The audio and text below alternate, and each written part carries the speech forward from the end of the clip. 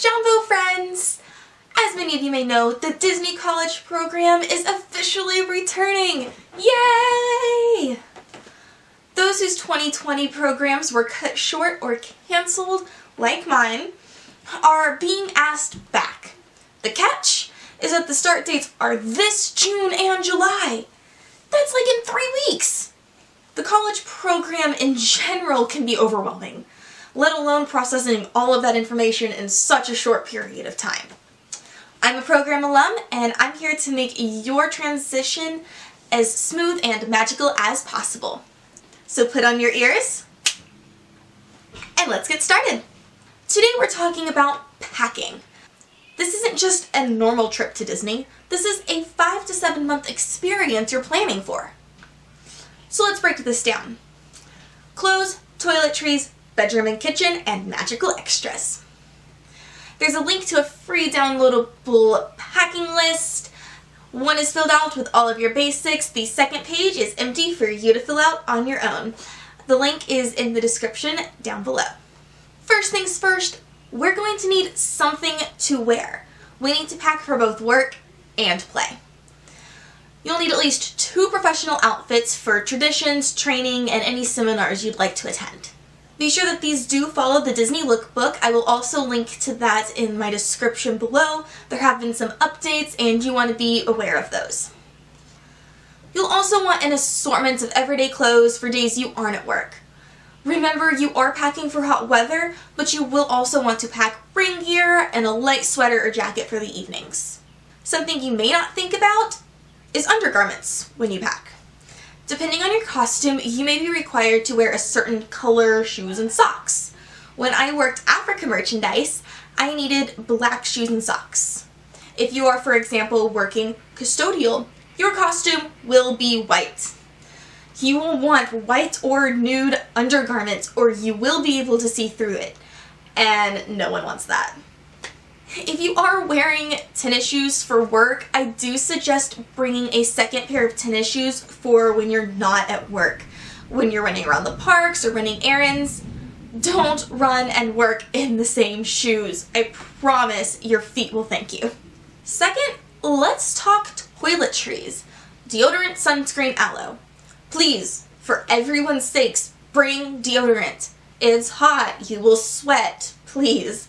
I know that I prefer the kind that acts when active, but I do forget to put it on sometimes, so I try to put a aerosol can of that same kind of deodorant in my car so that if I'm in a hurry or I forget, I have something for emergencies, and that version also won't melt.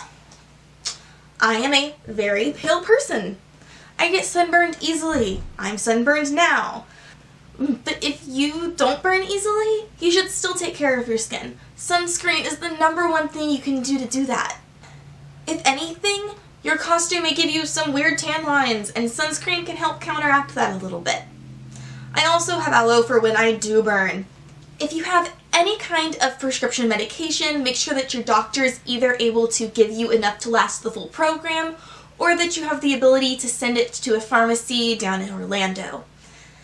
Then, if you also have glasses or contacts like I do, be sure that you have a copy of the prescription just in case you run out of contacts or your glasses break. You want to be able to see during your program.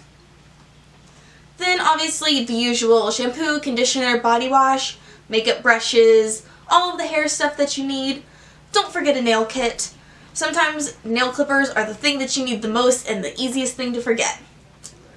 On my program, Epsom salt baths were my saving grace. My feet ached. I was walking about 30,000 steps a day, and it was a lifesaver to be able to relax in the tub with an Epsom salt bath. It just relaxed all my muscles and it kept me from cramping up.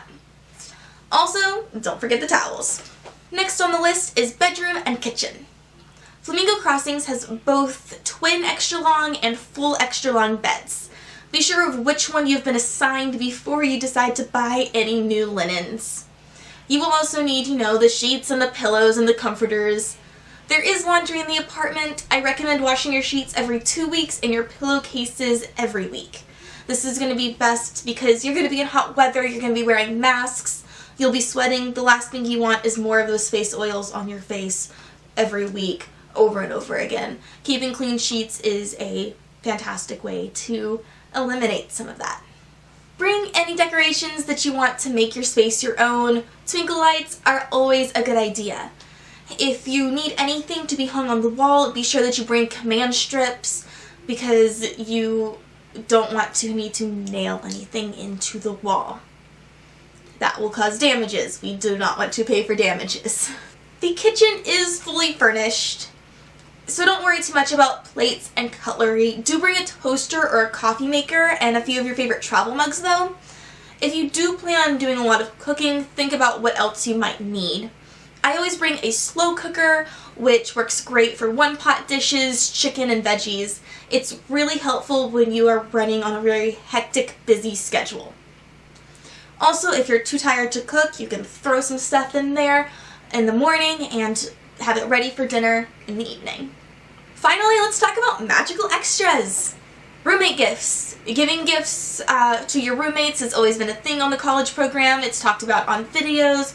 People take pictures of them, they post them on Instagram, they tag DCP, and it's great. Your roommates may ask if you're doing them. The number one thing you can give your roommates is you being a good roommate. Be kind, be compassionate, be patient, listen. If you do want to do something for your roommates, make sure that it's something that they can travel with. I did plants for my college program gifts, and one, I ran through way more roommates than I had plants, and two, the plants died, and three, a lot of them needed to get on a plane with them, and it is a hassle to take a plant on a plane. If it can't easily go on an airplane back home, it's probably not a great gift. Disney merch. Bring your ears, bring your spirit jerseys, Loungefly bags, trading pins, and a few magical decorations. You do not need to bring your entire collection of Disney knickknacks and doodads to your program. I promise you, you will get plenty more things to fill that space, and you don't want to pack it twice or risk it getting lost or broken. Books and games are all great to bring. Flamingo Crossing has TVs in the apartment. You do not need to bring a TV. A lot of people did in the other places, but we're in Flamingo Crossing now, and we don't need one.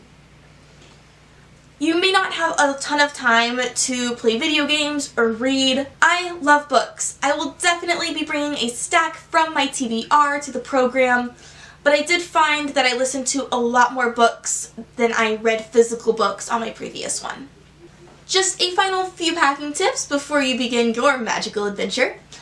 Use vacuum bags to pack your clothes, especially if you need to fit a lot of clothes into a small suitcase or the trunk of a car. Put a dryer sheet into the vacuum bag. When you open it up, it will smell fresh. Keep all of your important documents and medications in your easy-to-reach travel bag when you are traveling. You don't want it to get lost in carry-on, or you may not be done unpacking and it's stuck in some random box before you need it for casting.